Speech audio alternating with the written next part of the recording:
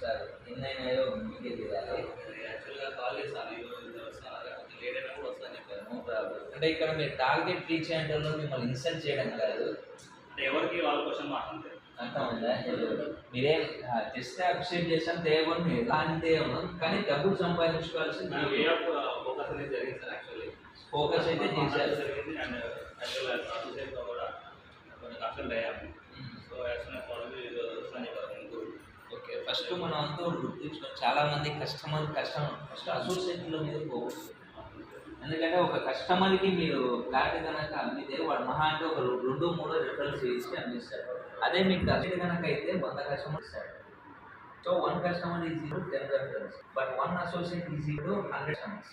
So ఒకసారి associates కూడా ఒక్కసారి విజిట్ చేసి మాట్లాడు 100 నెక్స్ట్ రిజల్ట్ వస్తున్నాం. నెక్స్ట్